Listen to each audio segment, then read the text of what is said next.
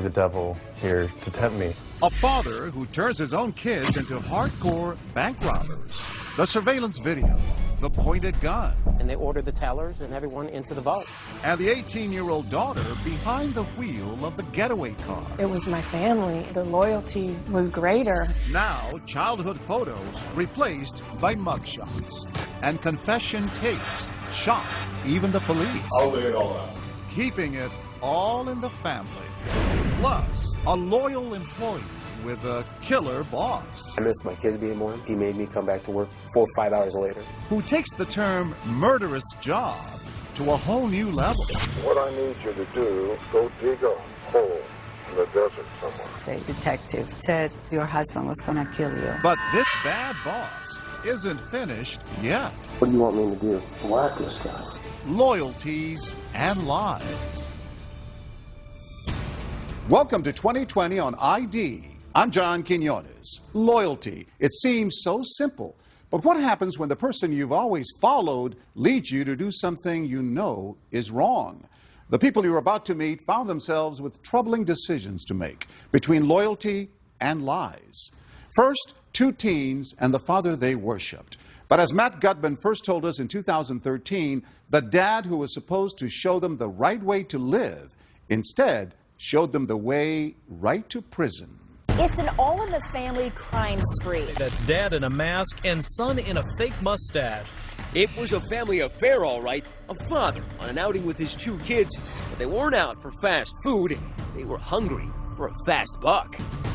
These 3, the Cat family, didn't look like the typical jailbirds in the FBI's most wanted list.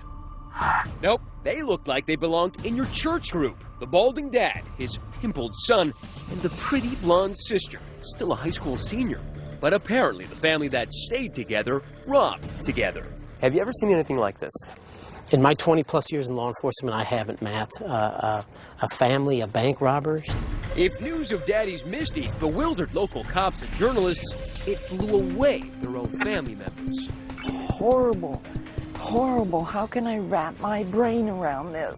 How could this have happened? We spent 13 months piecing together this story, talking to every major character. It begins where it ends, with Dad, Scott Cat. We met the father of this felonious family here. Nice to meet you. Nice to meet you. Behind 2 inches of glass at the Fort Bend County Jail in Texas. It is shocking to me because I've never been in trouble before. That would be the first of many lies he would tell us. Back then, we couldn't have known this tale would have more twists than a knotted rope, especially given how Cat started life. The homemaker mom and a dad who worked at the local bank. Good student? He was a football star. Everyone, especially his mom, remembers him being so likable. Scott, he was so much fun. Great sense of humor. Always wanted to make us laugh. Scott Cat fell in love and married his high school sweetheart, Beth, a champion swimmer. She called him her handsome cowboy. What was Beth like? Beth? Oh, very, very loving. Good mommy. Terrific mother. It seemed like they had it all. They really did. He became a structural engineer, and the all-American family settled into a 4-bedroom house with a front porch tucked into Oregon's wine country. They both had great jobs. They both had great cars. They had the 2 kids. They had the dog. Everything that you work so hard to do. Money, family, love. Scott and Beth had everything until Beth was diagnosed with breast cancer. Her daughter, Abby, was just a baby. The only memory I have of my mom, she was on a bright orange stretcher being carried down the stairs, and I remember her face. So your first memory of your mother, or your only memory, is one of her being carried away on a stretcher? Yeah, that's all. But I hold on to it. Maybe that's a good thing. Because it would be the only thing she had. Beth Cat would die at the age of 32, leaving behind 4-year-old Hayden and 2-year-old Abby. Suddenly, Scott Cat was a widower, a single dad with toddlers. How did you deal with it personally? I didn't deal with it. You were in denial? Completely.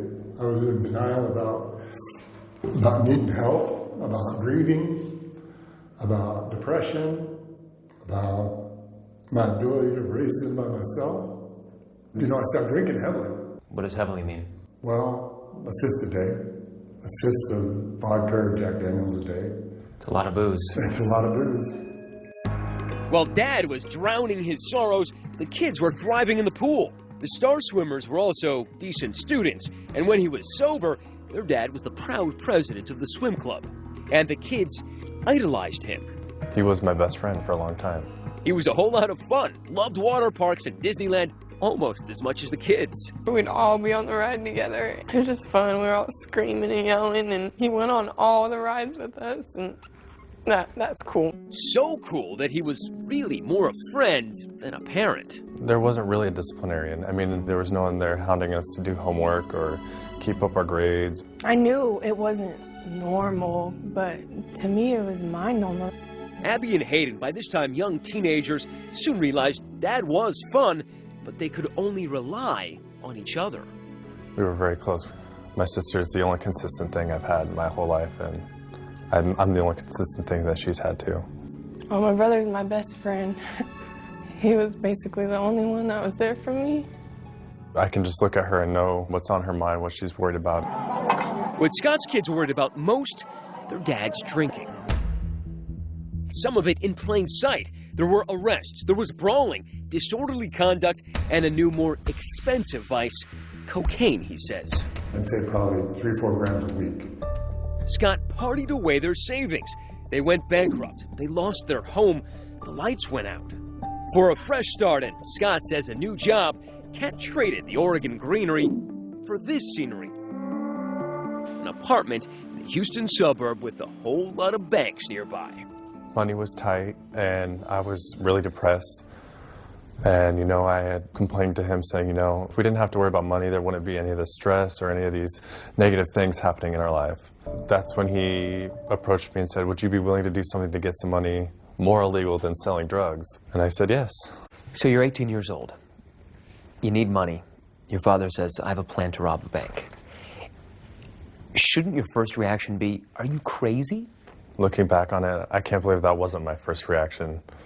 To say, are you insane? Why did you go along with it so easily? I had a real struggle. I knew it was wrong, but I was really motivated by the money. The night before the first bank I was supposed to rob with him, I had kind of a panic attack all night, deciding, do I want to go down this path of evil, or is this not for me? Ultimately, Hayden Cat would agree to walk down that path of evil. He really wanted my help. In his mind, 2 people could be much more successful at it. But maybe a third would be even better. And there was just one cat left to choose. Scott told Hayden to talk to his sister into joining their gang. She was a high school senior, just 3 months shy of graduating. My dad sent my brother to ask me. Your dad sent your brother to ask you? Yeah. To rob banks with them? Yeah. And then the next day, my dad just basically laid it all out. You know, I'll buy you a new car, and I'll get you an apartment. In some way, I was led on, like, this is how I protect them, and these are the only people I have. Now, son and daughter say this is when they crossed over to the criminal side. A plan was in motion, the mark, the Comerica Bank, just down the block. The morning of the first bank, I asked my dad, you know, are you the devil here to tempt me? And his answer is what really scared me. He said, yeah, probably. I'm asking you to rob a bank. So he knew full well the world he was bringing you into. The biggest point he made to me was the plan for all the details. The details would have been what you've seen in the movies. The fake mustaches, fake guns, in hopes of getting real cash. But what the kids were really banking on was beginner's luck. I was actually shaking so bad that the employees grabbed the bag and started throwing money in for me. The family robberies. What could possibly go wrong? When we come back.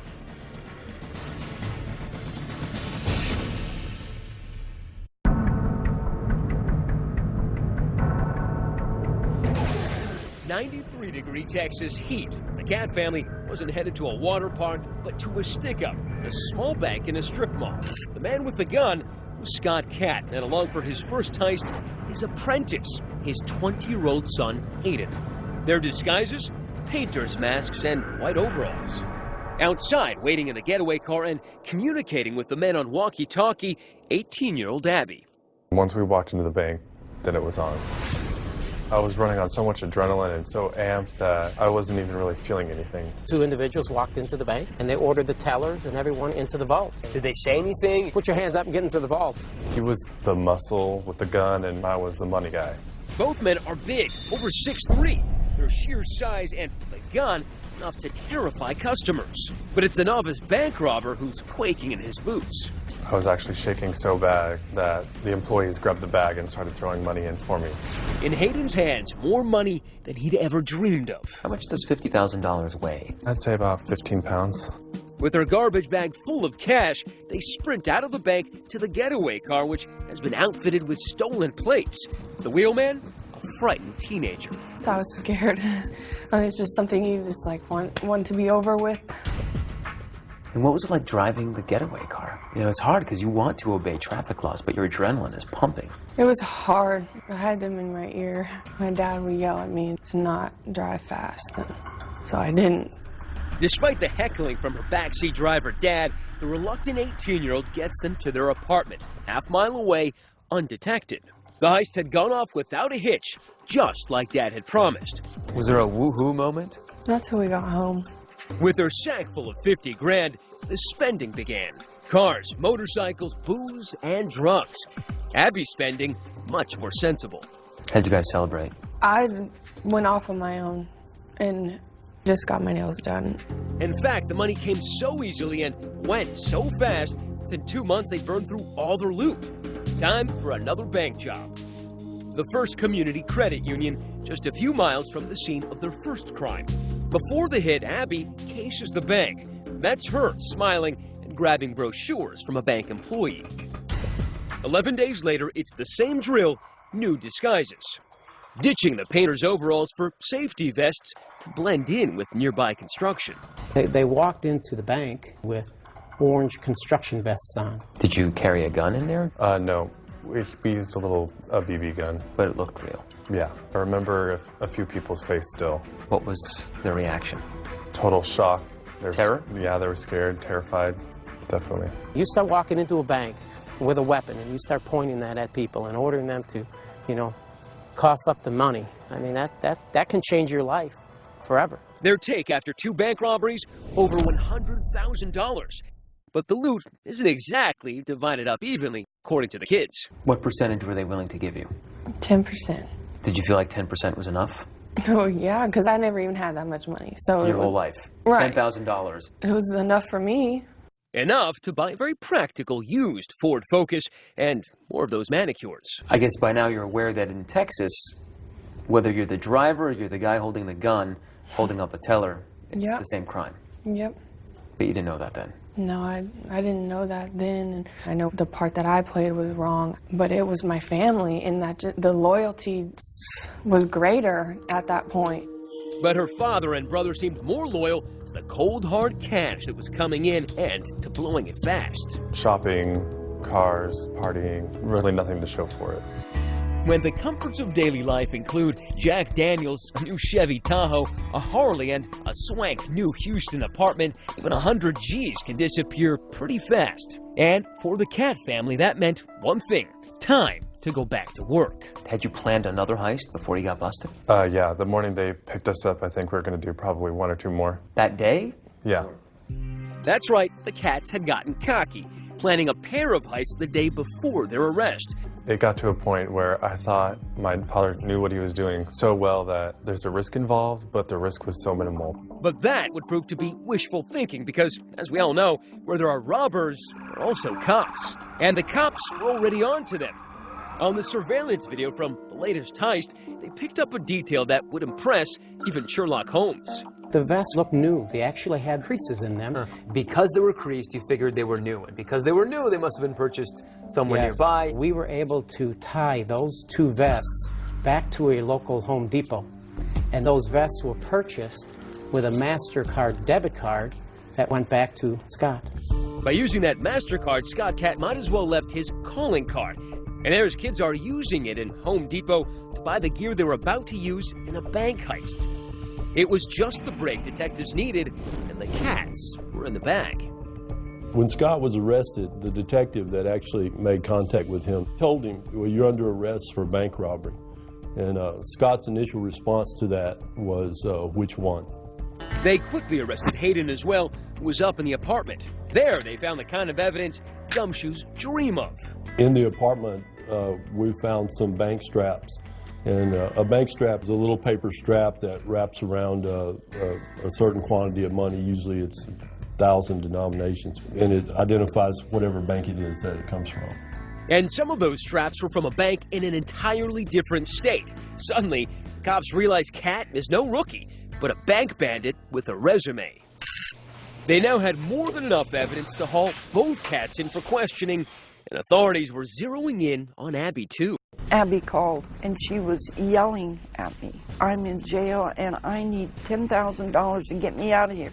Get me out of here right now. And I said, you have to get that money from your father. She says, he's the reason I'm in jail. When we come back, the interrogations begin, and everyone is in for a shock. I hated the job. I'll just rob banks. Probably better at that anyway. And his children weren't the only family members he'd conned. I picked up our local newspaper, and I said, oh, son, if I didn't know better, I'd say that was you. Stay with us.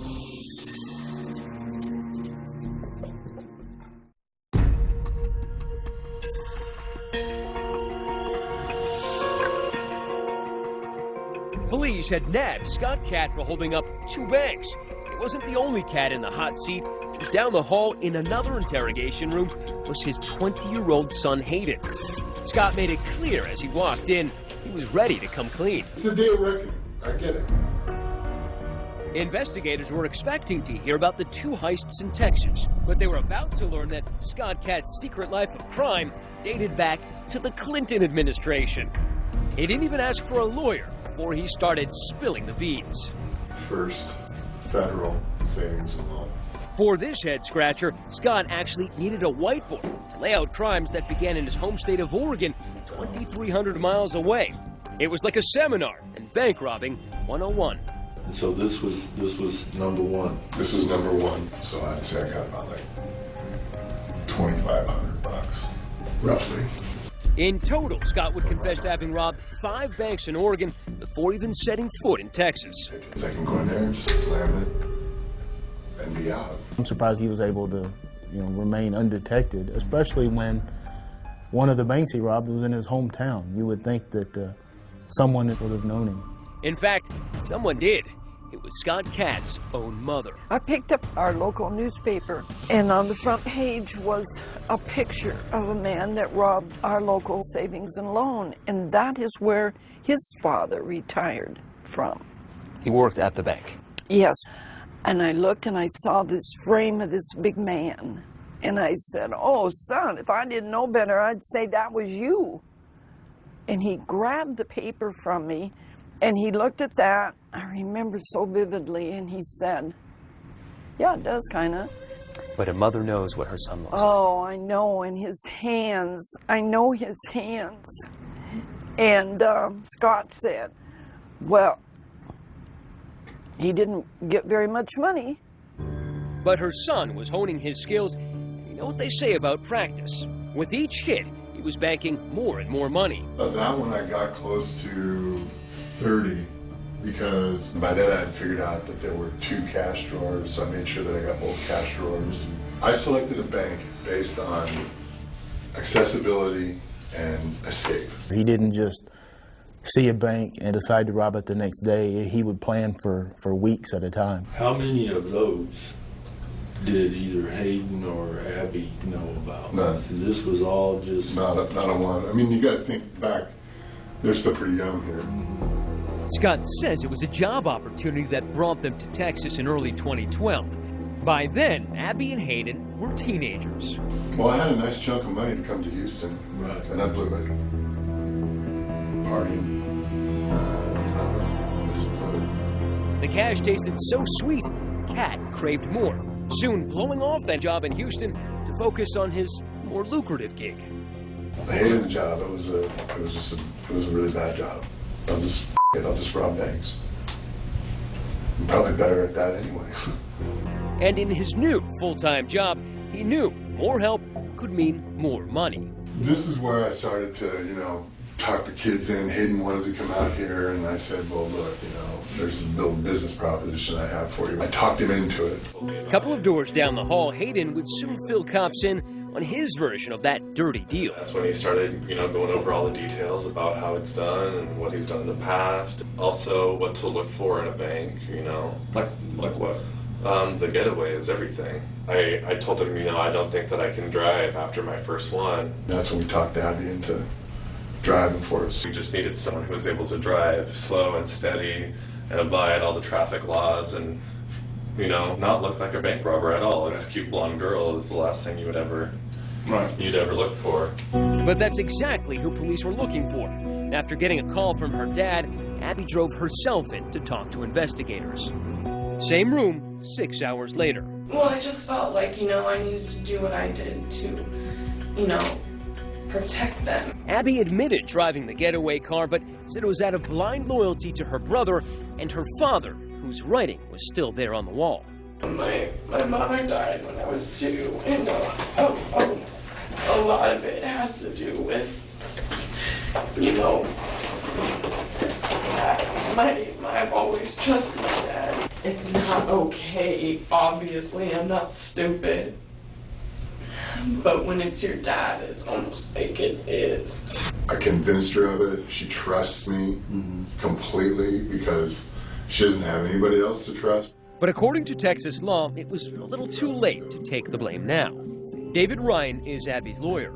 Abigail Catt was facing 5 to 99 or life in prison for aggravated robbery, even though she didn't put a gun in anyone's face, because under Texas law, just being involved in the crime itself was enough to make her as culpable as her father and her brother.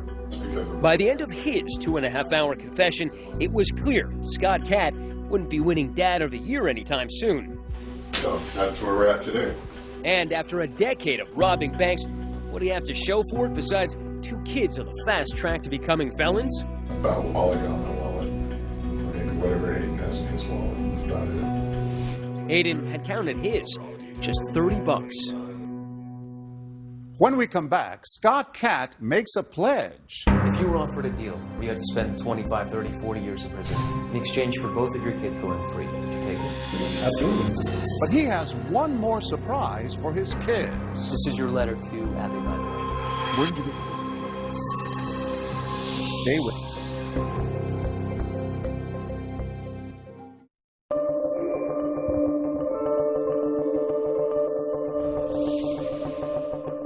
The pretty house with the wraparound porch in Oregon is now in the Catt's rearview mirror. Their new home is the big house behind the bars of the Fort Bend County Jail in Texas. The family had been held in separate cell blocks and hadn't seen each other in over a year. Jailhouse life had taken its toll.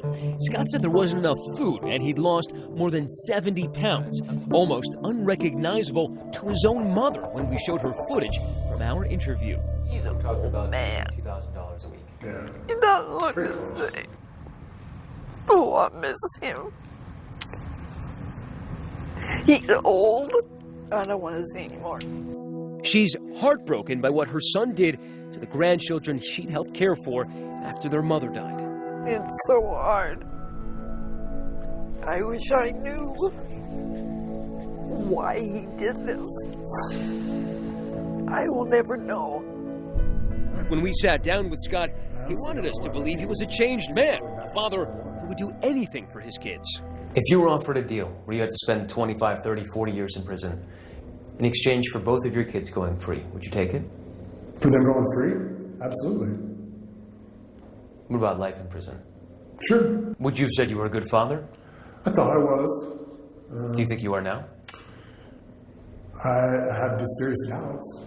I mean, I think that we're all sitting in here right now because of my inability to be a parent. What would Beth say, your first wife? What would she say about you dragging your kids into... I can't even imagine. Can't even imagine. I'm really ashamed. Mommy. That's when he cries. About my mom. He wouldn't cry about his kids, but he cried about his wife. Yeah. In fact, as we would learn, he would put in pen and ink how little he cared. Abby's lawyer gave us letters from their dad in which he encouraged them to do hard time so that he could do less of it. With this new information, we went back to confront Scott, this time face to face. This is your letter to Abby, by the way. Where did you get this? It's your handwriting, isn't it? Yeah, it definitely is. And it's your letter. Yes. You told me recently that you would be willing to spend life in prison in order that your kids do not spend time in prison. But here you are asking her essentially to do time for you. I was trying to manipulate. I'm trying to get something Who are you manipulating? I'm trying to get everybody something that they can live with. Everybody, you got your kids involved in this. And you're asking them to do time for you. It says it right here. I do believe that you doing prison time will be good for me, and I know that wasn't an easy choice for you. And that's what she said to me in the previous letter, that she was willing to do that. Wouldn't most parents say, try to dissuade their children, say, please, don't admit to anything. I will take the entire blame here. I would love to, but they have so much evidence on everybody that what are we supposed to do? Your father says he blames himself. He says he's lied to you for many years. Mm-hmm. Do you believe him now? Am I just supposed to believe him all of a sudden? I want to, and I've always wanted to. But I believe he feels remorse, but I also believe that he still didn't have my best interests through all of this, through all the court stuff. But does it make you angry? Make you sad? Mainly sad that a situation like that was put in front of my face from the person that is supposed to keep me away from things like that. And that's been the hardest to deal with because that doesn't happen to everybody. And I feel like now I've lost my mom and now I've lost my dad.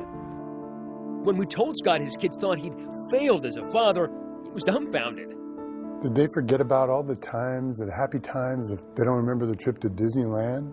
I wish I could have made those memories a little more lasting for them. And unbelievably, despite everything, Abby and Hayden say they forgive their father. I've forgiven him because I have to for myself, or I probably wouldn't be able to sleep at night. So I can start to live a normal life. I don't want hate, anger, any of that in my heart. If your father were right here, Hayden, what would you say to him? I'd tell him that I forgive him. And that I don't want him to carry this burden around with him for the rest of his life. But while his kids might forgive him, the court does not. How do you plead to the offense? Are you pleading guilty freely and voluntarily? Scott Katz's 15 minutes of infamy would stretch into 24 years of prison. I mean, I'm 51 years old, so to me, that is life. If I don't have the opportunity to get out and see parole and make amends to my family and friends and repair some of those relationships, then it might as well be life. Hayden accepted a deal of 10 years, a sizzling cell in Texas, a world removed from his suburban childhood in Oregon. Well, what do you expect prison life to be like? Hell. As close to hell on earth as you can get. How do you plead to the offense? Abby pled guilty and was given a 5-year sentence. Sheriff Troy Nels was so disturbed by Scott's manipulation of his kids that he's decided to help Abby. Instead of shipping her off to prison for 5 years, he's decided to keep her here at the jail, where we found her stitching patches onto police uniforms. I just feel that she's more of a victim in this. So my goal is to try to educate her, get her where she can get her GED, and try to teach her some type of a skill set here. So when she gets out, she can lead a productive life. For Abby, all she has left is her brother, Hayden. Why does that make you sad now? I feel like I can't help him and I can't comfort him, and that makes me sad. Making an unprecedented gesture, Sheriff Troy Nels allowed us to bring them together one last time before they served their sentences. Brother and sister haven't seen each other in a year, since the day of their arrest. Hayden is brought in shackled, hand and foot. And the jailhouse rules were strict. No touching. The soulmate siblings couldn't seem to help, reaching out. Abby. Breaking one last rule. Are you doing okay? Yes. Okay. I'm just happy to see you. Yeah, me too. Abby, I'm sorry, okay? I don't blame you for anything, Hayden. Just know that I love you forever. I love you too. I don't blame you for anything. Nothing. It's gonna be a long time until I see you. I know. I love you. I love you too. Can I give him a hug? No, I can't hug you. No? No. And on the spur of the moment, we asked the sheriff for one more act of kindness. You guys want to give each other a hug? The sheriff says it's okay. Really? Oh. It could be 10 years before Abby and Hayden could embrace again.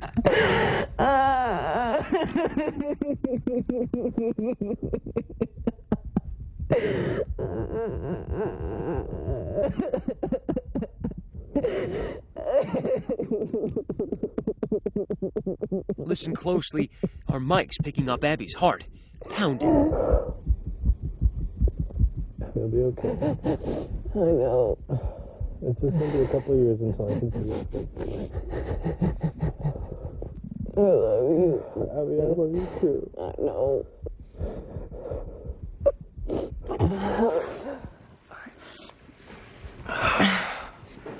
I don't want you to go. I know. And gushing out came the grief and the regret and the anger. Thank you for the hug. I needed it. I know. I love you. I love you too, okay? Okay. If you ever start to feel down or anything, just start to think about all those good times we've had, okay? Okay. That'll get you through. Okay. All right. I love you. Abby, I love you too. I'll see you soon, okay? Okay, bye. And after 10 minutes of comfort, shackled again. The siblings' love for one another, the one thing their fool-hearted father couldn't destroy.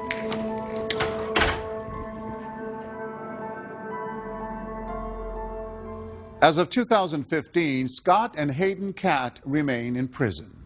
Abby hopes to attend college upon her release with the help of a woman who saw her story on 2020. She and Hayden stay in touch by writing to each other as much as they can.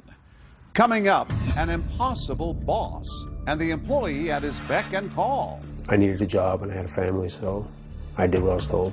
But just how far would he go? Go dig a hole in the desert somewhere. When we come back.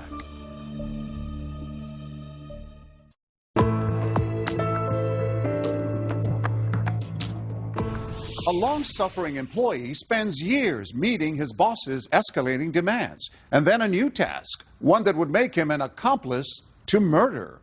As Jim Avila first told us in 2013, the question was, would he follow orders or take the lead straight to the police? Welcome to Arizona Shower Door, a sprawling box of a company in Phoenix, lined with palm trees, where 45-year-old Patrick King had tried to earn a living and support his family. That is, until he got a call from his boss to meet him here in this bank parking lot for a special favor. That's Patrick's truck. Inside is Patrick and his boss, Fred Nadler, and this is their day-off conversation. What I need you to do in super secrecy, okay? Let's go dig a hole in the desert somewhere. Dig a hole in the desert? Sound odd, even suspicious? Not to Patrick. In fact, it was just the kind of thing he was expecting after 5 years of working for Nadler, a self-made millionaire and owner of Arizona Shower Door, whose corporate credo was as clear as the glass he peddled. This is my company, you work for me, and if you don't like it, there's the door. Was he serious? Oh, yeah. Patrick started out as a crane driver, but quickly became Fred's right-hand man. And what kind of boss was he? Ruthless. So ruthless that Patrick says he was working 85 to 90-hour weeks, but only being paid for 40. I missed my kids being born. I didn't take any time off. He made me come back to work 4 or 5 hours later. And if Patrick had any objections, he said Fred had a special way of reminding him who was boss. He made me carry a paycheck stub that said Fred B. Nadler on it. 2-3 times a week, I'd have to pull out a paycheck. And he goes, "Who signs your paycheck?" And I said, "Well, it says Fred B. Nadler, sir." He goes, are we clear? And I said, crystal clear. And he wanted you to do whatever he said? Whatever, no matter what it was or what time of the day. Personal, private, business, anything? Everything. Including, he says, spying on his boss's wife. He had me get a phone with his wife and hidden GPS in it and track her 24 hours a day, 7 days a week. And I complained about a lot of the stuff there and not wanting to do it, but I needed a job and I had a family, so I did what I was told. But Patrick's connection with Fred's wife would reach far beyond her cell phone signal. Libby Nadler, like Patrick, was living in a prison of her own, under the thumb of a controlling husband, who she says ran the home just like his office. Everything was fine as long as I went along with it, with whatever he did. He would just tell me if I didn't like it, I could leave. Not all of their 18 years of marriage had been like that, of course. When he told me that he wanted to marry me, he told me that we were going to have a wonderful life. And it was. Trips, a nice home. They even adopted and raised 2 children together. But Fred, she says, always was clear about one thing. He didn't like to spend money. He only liked making it. In his mind, he thought that everything was his. He didn't want to share, not with me, not with anybody else, as long as he was alive. Which meant divorce would be a little tricky. That's when, according to Patrick, Fred's behavior took a twisted turn. He started dropping these little subtle hints and say stuff like, it's getting me a lot of money for you. Coming from a boss who allegedly thought worker pay was optional, the promise of a big bonus seemed to Patrick a major red flag. Sure enough, 3 days later. My phone rings, caller ID, and it said Spike on it. And he goes, we need to meet. Which brings us back to this parking lot. And as soon as I stopped here, he got up, started walking over. So he comes over, and as soon as he gets in, I hit record on this recorder. And I have it sitting right here, and I push record, and I set it right here on the ledge. We're sitting here talking. What I need is somebody I can trust. That's me. Let's go dig a hole in the desert somewhere. That's easy to do, especially in Arizona. That's right. You got to do it at such a time and a place that nobody can see you do it. And he finally said, you know, she filed for divorce. She's going to ruin the company. There's going to be 180 employees and families out of work. You're going to be the savior. You're going to save the company. I was just like, you know, I didn't want to believe it. I will give you a bundle to put in that hole, okay? I'm not telling you what's going to be in the bundle. Be wrapped in a blanket or a sheet or something. Okay. And just keep quiet. So that's easy. The rest of your life. He pulls out a stack of money wrapped in a yellow band, $1,000 on it. Goes, you know, just for showing up, I'm taking care of you, and he throws it at me. So this man who never gave you anything, maybe $20, gives you $1,000 all of a sudden. And Fred, he says, promised more. $10K every year that Patrick stayed with the company and kept his trap shut. That Patrick could not do. Instead, this loyal worker had enough, immediately going to police and handing over that tape. Fred was arrested that evening, Libby watching as he was handcuffed and taken away from their house. The detective said your husband was going to kill you. I told the police that's not true. No, I didn't believe it. When did it sink into you? That question is very hard because I still can't believe it. Sometimes you don't realize it when you are with a controlling person what the outcome would be. Patrick foiled all this. Patrick saved your life, right? He did. He's my angel, and I keep telling him that. And that angel dutifully returned to work the following Monday to report to his new boss. Actually, 2 new bosses, Fred's sons. You save a woman's life. Bad guy's in jail. They gave you a raise and a hearty handshake when you got back to work, right? No. His reward for saving a woman's life? Patrick was put on paid leave. Then, he says, out of the blue, 6 months later, he was sacked. His parting bonus, a phone call from the prosecutor who was about to take Fred Nadler to trial. And he goes, we have him hiring somebody to come and kill you before the court date. He doesn't want you on the stand. You have a seat right here, buddy. Fred, according to prosecutors, was up to no good, even from behind bars. Nope, it's us alone. Caught on tape again.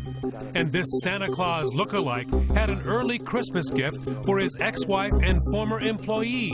Yeah, apparently you got a job you'd like me to do. Yes, sir. I've got 2 jobs. I'm going to need names. I'm going to need where they live. I'm going to know what you want me to do. Well, Patrick King. What do you want me to do? Whack this guy. Okay. Who else? My ex-wife. There's going to be a lot of scrutiny with these 2 people passing. Okay. Significant people in my life. That's caused me a great deal of problems. But Nadler had more. The hit on Libby required some special handling. You have dogs? Yes. 2 little dogs, they only stand about this high. Meet Fritzy and Shotzi, who Fred apparently wanted the hitman to take care of as well. They're my love of my life. If there's anything I do love that's left, it's my 2 little puppies. So I just like to make sure if it's a day or 2 before somebody finds